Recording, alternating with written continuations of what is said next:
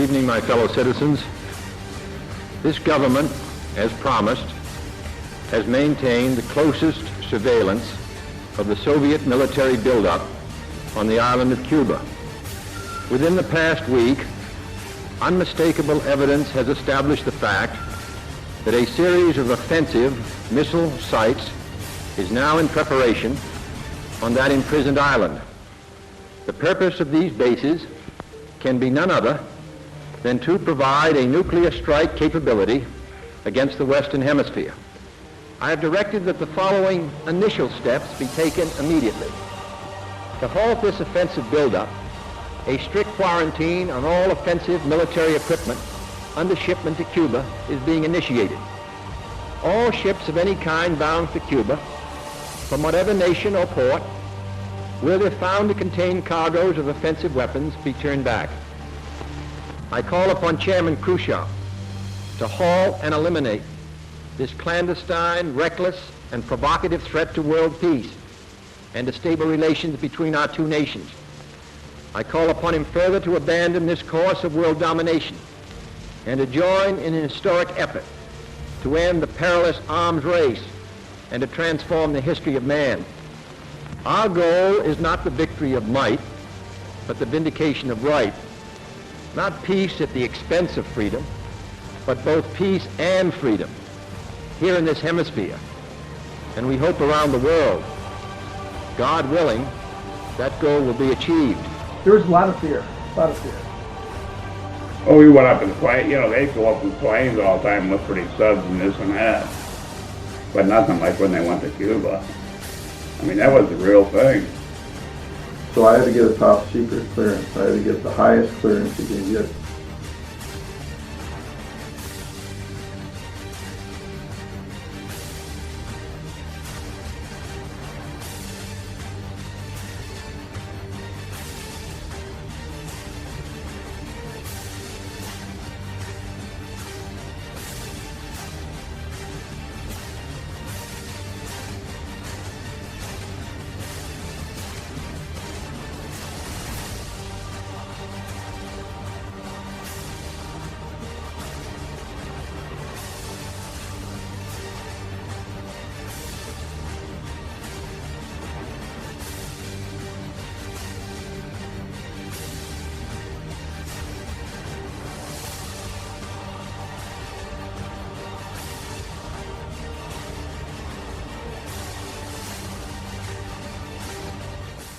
We didn't know we were going until 3 o'clock in the morning.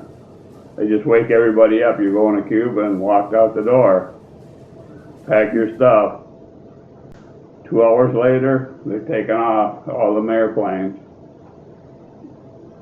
And once you got there in the dark, you didn't know what was going on.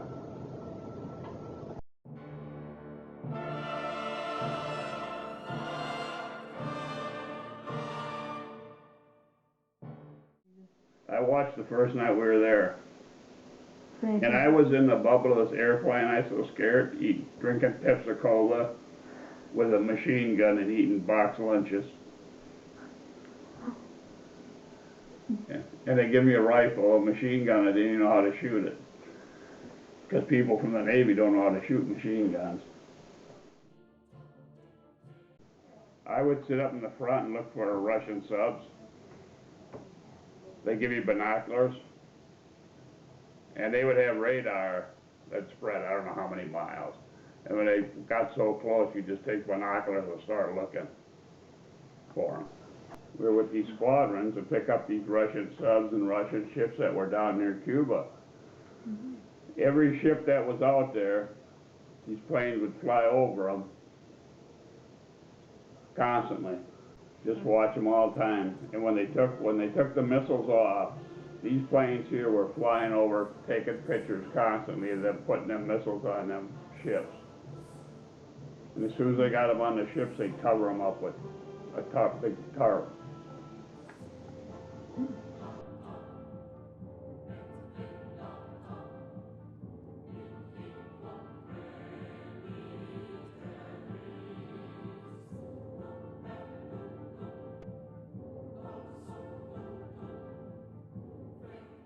it was just dying or burning up.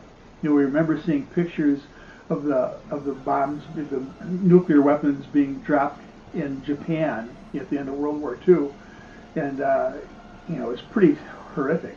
Seeing people, just burned to death, or just people essentially evaporating, being incinerated, and the fear of the same thing.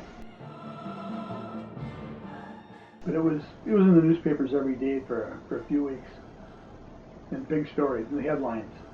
I can recall seeing some of the maps and other graphics in the papers showing, pictures of the United States and where Cuba was, and then kind of the circles where the radiation would be carried if there was a launch. I remember going to bed sometimes wondering about it, thinking, well, what if something came in the middle of the night? What are we going to do? And by the time we hear about it, there's a siren going. Well, it takes a few minutes to wake up, and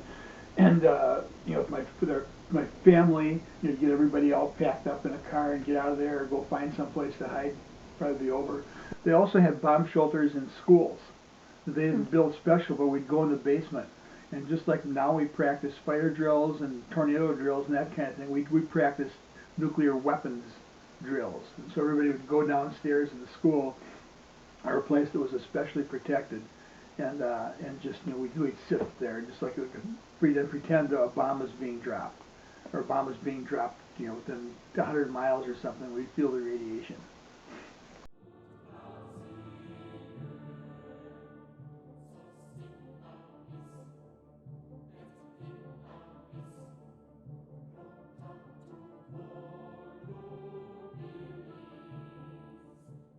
What I was taking pictures of was just the run-of-the-mill stuff, when somebody re-enlisted and they raised their hand and the captain, said, re-enlisted them, and things like that. They always would get their picture taken and it would be in the paper. So that was what I did normally. That was, the normal job was just, stuff, usual photography stuff. If you want to know about the other thing I did,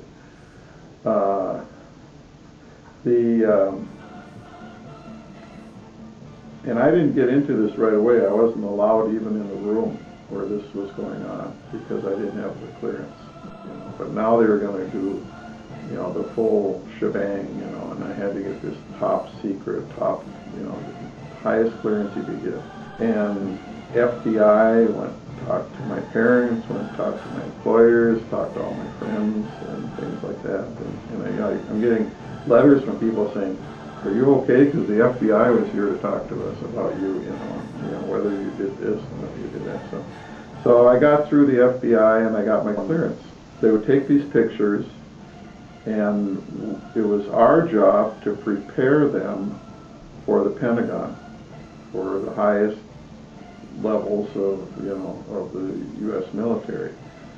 And so that's why we had to have the top secret clearance, because we're actually looking at stuff that the Pentagon is going to look at before they even saw it, and we're looking at pictures that were taken over Cuba that even the highest levels of government had not seen yet. We were the first ones to see this stuff. Who knows when those dirty Russians, because this is still going on. That's only 5 years after, who knows when those Russians were going to try and put missiles back in there. So did the public know that you're still watching Cuba? No.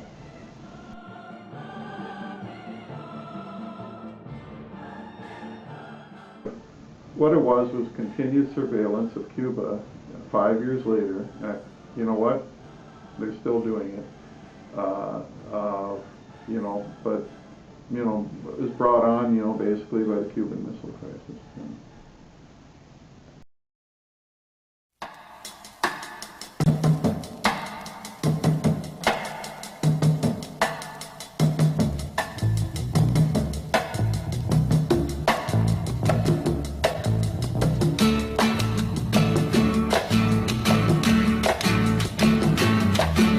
Fidel, he said for the Yankee go home. The Yankees stay in Guantanamo Bay. Fidel, he cry and moan. Yankees say not wanna go home, home. He asked Nikita for a rocket to fly. Fidel, he say, Yankee boy will die. Then JFK say, don't you know? Fidel, them rockets, well, they gotta go.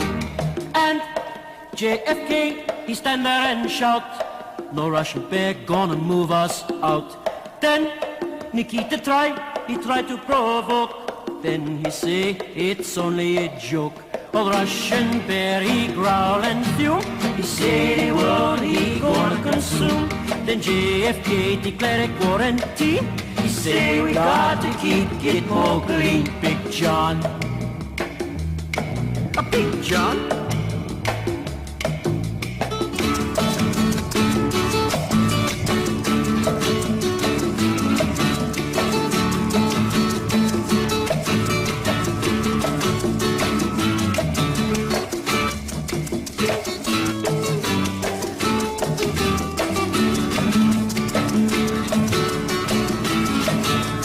Yankees stay and the rocket go out. Fidel he left to cry and pout. And Russian bear he slip away. Yankees stay in Guantanamo Bay. 'Cause Yankees stay in Guantanamo Bay. Yankees stay in Guantanamo Bay. Yankees stay in Guantanamo Bay. This is all hard work though, believe me. It's a lot of fun. What was something fun you did? Pardon? What was something fun you did? In the Navy? How old are you? I can't tell you that stuff.